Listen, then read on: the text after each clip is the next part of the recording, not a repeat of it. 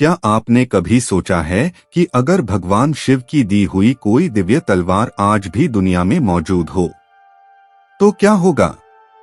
एक ऐसी तलवार जो किसी भी अस्त्र को काट सकती थी, जो अपने शत्रु को मारकर खुद वापस अपने स्वामी के हाथ में लौट आती थी और जिसे धारण करने वाला योद्धा लगभग अजेय बन जाता था।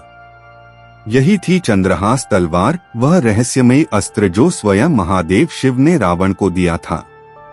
लेकिन सबसे बड़ा सवाल यह है, इतनी शक्तिशाली तलवार होने के बावजूद रावण युद्ध में हार कैसे गया? क्या उस तलवार ने सच में उसका साथ छोड़ दिया था, या इसके पीछे छिपा है कोई ऐसा रहस्य जिसे इतिहास में छुपा दिया गया? आज की इस रहस्यमय कथा में हम जानेंगे चंद्रहास तलवार का पूरा रहस्य। रात का समय था, आकाश में काले बादल छाए हुए थे, हवा की तेज सरसराहट पूरे लंका द्वीप को हिला रही थी और उसी समय लंका के महल के सबसे गुप्त कक्ष में रावण अकेला बैठा था। उसकी आंखों में एक अजीब चमक थी क्योंकि उसके सामने रखी थी एक तलवार। लेकिन यह कोई साधारण तलवार नहीं थी, यह थी चंद्रहास, वह तलवार जिसे स्वयं महादेव शिव ने दिया था। एक ऐसा अस्त्र जिसके बारे में देवता भी डरते थे।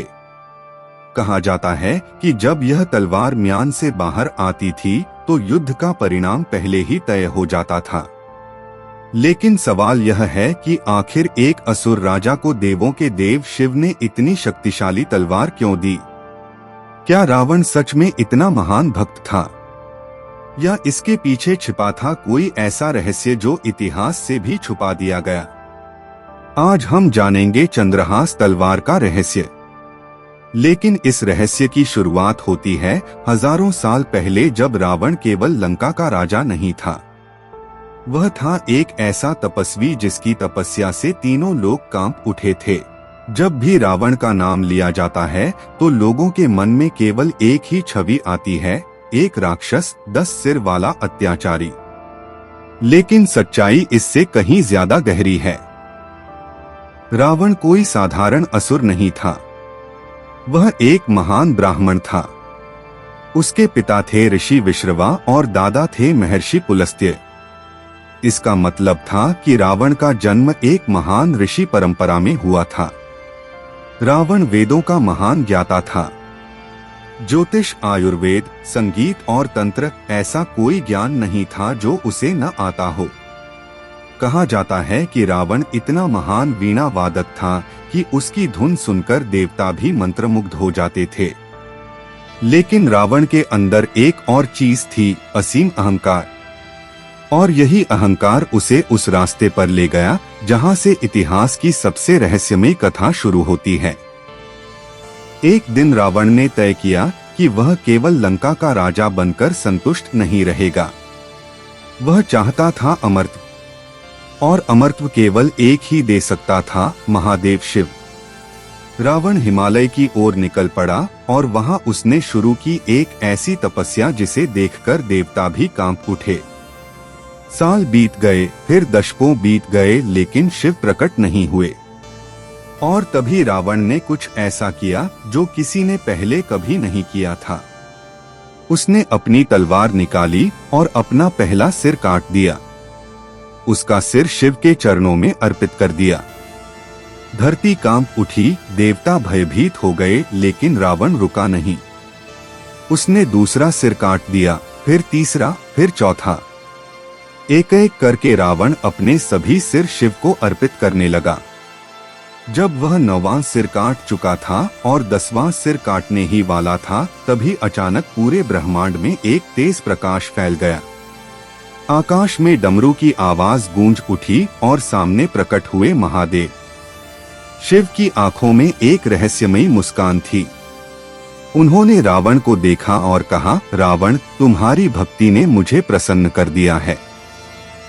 क्षण भर में रावण के सभी सिर वापस जुड़ गए और उसका शरीर पहले से भी अधिक शक्तिशाली हो चुका था। रावण ने शिव के चरणों में सिर झुका दिया और बोला, प्रभु, मुझे अमरत्व चाहिए। शिव मुस्कुराए और बोले, अमरत्व किसी को नहीं दिया जा सकता। रावण कुछ पल चुप रहा और फिर बोला, तो मुझे ऐसी शक्ति दीजिए कि तीनों लोकों में कोई मुझे पराजित न कर सके। शिव कुछ देर मौन रहे और फिर उन्होंने अपने हाथ से एक दिव्य प्रकाश उत्पन्न किया। वह प्रकाश धीरे धीरे एक तलवार का रूप लेने लगा। उस तलवार की धार से चांद जैसी चमक निकल रही थी। शिव बोले, यह है चंद्रहास, एक ऐसी तलवार जिसे धारण करने वाला योद्धा लगभग अजेय हो जाता है। लेकिन शिव ने एक चेतावनी भी दी, रावण, यदि तुम इस तलवार का उपयोग अधर्म के लिए करोगे तो यही तलवार तुम्हारे विनाश का कारण भी बन सकती है। रावण ने तलवार को अपने हाथों में लिया। उसकी आंखों में शक्ति की चमक थी, लेकिन उसे यह नहीं पता था कि भविष्य में यही तलवार रामायण के सबसे बड़े रहस्यों में से एक बनने वाली थी। समय बीत चुका था। रावण अब केवल एक तपस्वी नहीं रहा था, वह बन चुका था तीनों लोकों को चुनौती देने वाला लंका का सम्राट। उसकी शक्ति इतनी बढ़ चुकी थी कि देवता भी उससे भय खाने लगे थे। एक दिन रावण अपने पुष्पक विमान में बैठकर दुनिया की यात्रा कर रहा था। तभी अचानक उसका विमान एक स्थान पर आकर रुक गया। वह आगे बढ़ ही नहीं पा रहा था। रावण को गुस्सा आया और उसने अपने मंत्रियों से पूछा कि विमान क्यों रुक गया। तभी एक मंत्री बोला, महाराज, यह स्थान कैलाश पर्वत है जहां भगवान शिव निवास करते हैं, इसलिए पुष्पक विमान आगे नहीं जा पा रहा। रावण ने पर्वत की ओर देखा और उसके चेहरे पर एक व्यंग्यपूर्ण मुस्कान आ गई। उसने कहा, एक पर्वत मेरे रास्ते को रोक सकता है। उसके अंदर का अहंकार जाग चुका था। रावण ने कहा, यदि यह पर्वत मेरे रास्ते में है तो मैं इसे ही हटा देता हूँ। सब लोग स्तब्ध रह गए क्योंकि वह कोई साधारण पर्वत नहीं था बल्कि भगवान शिव का निवास था। लेकिन रावण को अब किसी का भय नहीं था। वह पर्वत के पास गया और उसने अपनी 20 भुजाएं फैलाकर पूरे कैलाश पर्वत को उठाने की कोशिश की। जैसे ही रावण ने पर्वत को उठाया, पूरी धरती कांपने लगी। आकाश में बिजली चमकने लगी और देवताओं के लोक में हलचल मच गई। कैलाश पर्वत हिलने लगा और उसी समय पार्वती माता घबरा गई। उन्होंने शिव से पूछा, स्वामी, यह क्या हो रहा है? शिव मुस्कुराए क्योंकि उन्हें सब पता था। उन्होंने अपनी आंखें बंद की और फिर बस अपने पैर का अंगूठा हल्का सा कैलाश पर्वत पर दबा दिया। जैसे ही शिव ने पर्वत दबाया, रावण की सारी ताकत खत्म हो गई। कैलाश पर्वत अचानक हजारों गुना भारी हो गया और रावण पर्वत के नीचे दब गया। उसकी 20 भुजाएं पर्वत के नीचे फंस चुकी थीं और वह हिल भी नहीं पा रहा था। उसने पूरी ताकत लगाई लेकिन पर्वत 1 इंच भी नहीं हिला। पहली बार रावण को समझ आया कि उसने किससे टक्कर ली है। उसकी पीड़ा इतनी भयानक थी कि उसके मुंह से एक भयंकर चीख निकली। कहा जाता है कि उस चीख की आवाज तीनों लोकों में गूंज उठी और उसी चीख के कारण उसे नाम मिला रावण, जिसका अर्थ है वह जो अपनी गर्जना से दुनिया को हिला दे। रावण पर्वत के नीचे फंसा हुआ था। दिन बीत गए, महीने बीत गए, लेकिन शिव ने उसे मुक्त नहीं किया। तब रावण ने फैसला किया कि यदि वह शिव को शक्ति से नहीं जीत सकता तो भक्ति से जरूर जीत सकता है। उसने वहीं से शिव की स्तुति शुरू कर दी और अपने शरीर की नसों को वीणा की तार बनाकर संगीत बजाने लगा। फिर उसने गाना शुरू किया, एक ऐसा स्तोत्र जो आज भी शिव भक्तों में प्रसिद्ध है, शिव तांडव स्तोत्र। उसकी आवाज में इतनी भक्ति थी कि पूरा ब्रह्मांड उस स्तुति से गूंज उठा और अंत में महादेव शिव प्रसन्न हो गए। जब महादेव शिव रावण की भक्ति से प्रसन्न हुए तो उन्होंने उसे एक दिव्य तलवार दी जिसे चंद्रहास कहा गया। इस तलवार का नाम ही अपने अंदर एक रहस्य छुपाए हुए था। चंद्र यानी चांद और हास यानी मुस्कान। कहा जाता है कि जब यह तलवार म्यान से बाहर आती थी तो उसकी चमक पूर्णिमा के चांद जैसी दिखाई देती थी। लेकिन यह केवल सुंदरता नहीं थी, बल्कि उस चमक के अंदर छिपी थी एक ऐसी शक्ति जिससे देवता भी डरते थे। चंद्रहास की धार इतनी तेज मानी जाती थी कि वह किसी भी धातु को पल भर में काट सकती थी। लोहे की तलवार, वज्र जैसे हथियार या किसी योद्धा का कवच, सब इसके सामने कमजोर पड़ जाते थे। यही कारण था कि जब रावण युद्ध भूमि में इस तलवार के साथ उतरता था तो उसके दुश्मनों के मन में पहले ही भय पैदा हो जाता था। लेकिन इस तलवार की सबसे रहस्यमयी शक्ति यह थी कि यदि इसे युद्ध में फेंका जाता तो यह अपने शत्रु को मारकर स्वयं वापस अपने स्वामी के हाथ में लौट आती थी। कुछ प्राचीन कथाओं में कहा गया है कि चंद्रहास केवल एक धातु की तलवार नहीं थी, बल्कि उसमें शिव की दिव्य ऊर्जा समाई हुई थी। इसलिए यह तलवार केवल उसी व्यक्ति के हाथ में अपनी पूरी शक्ति दिखाती थी जो शिव की भक्ति करता हो। लेकिन इसके साथ एक चेतावनी भी जुड़ी हुई थी। शिव ने रावण से कहा था कि यदि वह अधर्म के मार्ग पर चलेगा तो यही तलवार उसकी रक्षा नहीं कर पाएगी। उस समय रावण ने इस चेतावनी को गंभीरता से नहीं लिया, क्योंकि उसे अपनी शक्ति पर बहुत अधिक विश्वास था। धीरे धीरे समय बीतता गया और रावण की शक्ति बढ़ती गई। उसने कई देवताओं को पराजित किया और तीनों लोकों में अपना भय फैला दिया। लेकिन शक्ति के साथ साथ उसका अहंकार भी बढ़ता गया और वही अहंकार आगे चलकर उसके पतन का कारण बनने वाला था। समय का चक्र घूम चुका था। रावण ने माता सीता का अपहरण कर लिया था और अब अयोध्या के राजकुमार राम उसे वापस लाने के लिए निकल चुके थे। समुद्र के किनारे वानर सेना खड़ी थी और उनके सामने था विशाल समुद्र जिसके पार सोने की लंका थी। राम ने समुद्र देव से मार्ग देने की प्रार्थना की और फिर वानर सेना ने पत्थरों से एक अद्भुत सेतु बना दिया, जिसे आज राम सेतु के नाम से जाना जाता है। कुछ ही दिनों में पूरी सेना लंका पहुंच गई और युद्ध की घोषणा हो गई। दूसरी ओर लंका के महल में रावण अपने सिंहासन पर बैठा हुआ था। उसके सामने उसकी विशाल राक्षस सेना खड़ी थी और उसके हाथ में थी शिव की दी हुई चंद्रहास तलवार। रावण को पूरा विश्वास था कि इस तलवार के रहते उसे कोई भी योद्धा पराजित नहीं कर सकता। युद्ध शुरू हुआ और धरती कांपने लगी। आकाश अस्त्रों और शस्त्रों से भर गया। वानर सेना और राक्षस सेना के बीच भयंकर टक्कर होने लगी।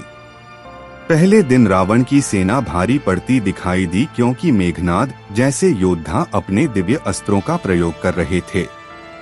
लेकिन यह केवल युद्ध की शुरुआत थी, क्योंकि आगे आने वाले दिनों में यह युद्ध इतिहास का सबसे भयानक युद्ध बनने वाला था। कई दिनों तक युद्ध चलता रहा। रावण की सेना के कई शक्तिशाली योद्धा एक एक करके युद्ध भूमि में गिरने लगे। कुंभकर्ण मारा गया और मेघनाद भी युद्ध में पराजित हो गया। यह समाचार सुनकर रावण का क्रोध अपनी सीमा पार कर गया। उसने तुरंत अपने रथ को तैयार करने का आदेश दिया और स्वयं युद्ध भूमि में उतरने का निर्णय लिया। जब रावण अपने रथ पर सवार होकर मैदान में आया तो चारों ओर भय का माहौल बन गया। उसके हाथ में चमक रही थी चंद्रहास तलवार। उसकी चमक इतनी तेज थी कि दूर खड़े सैनिक भी उसकी रोशनी देख सकते थे। रावण ने जोर से गर्जना की और युद्ध भूमि में अपने शत्रुओं को चुनौती दी। तभी सामने खड़े थे राम। दोनों महान योद्धा पहली बार युद्ध भूमि में आमने सामने थे। पूरा युद्ध कुछ क्षणों के लिए थम गया, जैसे पूरा ब्रह्मांड इस महान टकराव का इंतजार कर रहा हो। रावण ने क्रोध में आकर अपनी चंद्रहास तलवार उठाई और बिजली की गति से राम पर पहला प्रहार किया। तलवार इतनी तेज थी कि हवा को चीरती हुई आगे बढ़ी। लेकिन राम ने तुरंत अपने धनुष से एक दिव्य बाण छोड़ा और दोनों शक्तियां आकाश में टकरा गईं। टकराव इतना शक्तिशाली था कि एक भयानक विस्फोट हुआ और धरती कांप उठी। देवता भी इस दृश्य को देखकर हैरान थे, क्योंकि पहली बार किसी ने चंद्रहास के प्रहार को रोक लिया था। युद्ध आगे बढ़ता गया और रावण बार बार अपनी तलवार से प्रहार करता रहा, लेकिन धीरे धीरे एक अजीब बदलाव दिखाई देने लगा। तलवार की चमक कम होने लगी और उसकी शक्ति पहले जैसी नहीं रही। ऐसा लग रहा था जैसे तलवार स्वयं पूरी ताकत से काम नहीं करना चाहती हो। उसी समय शिव की कही हुई एक बात सच होती दिखाई देने लगी। शिव ने रावण से कहा था कि यदि वह अधर्म के मार्ग पर चलेगा तो चंद्रहास भी उसे नहीं बचा पाएगी।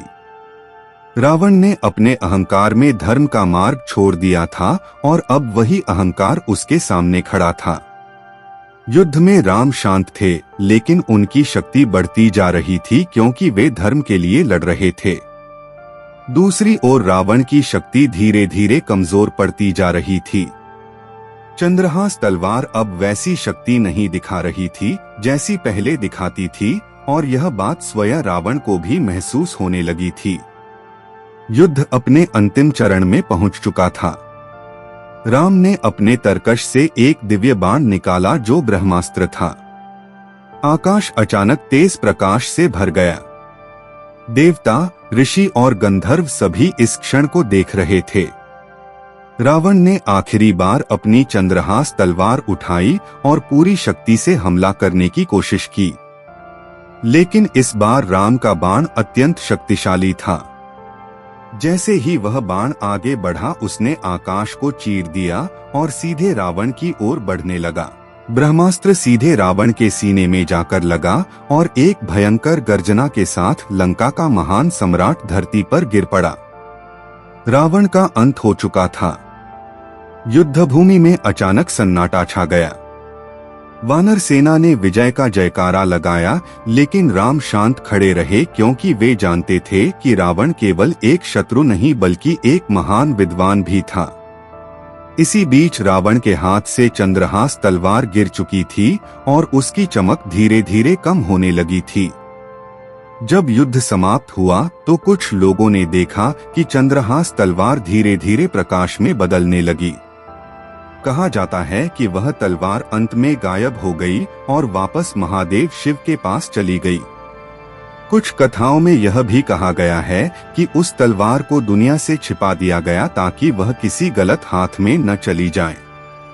आज भी कई लोग मानते हैं कि चंद्रहास तलवार का रहस्य पूरी तरह खत्म नहीं हुआ है।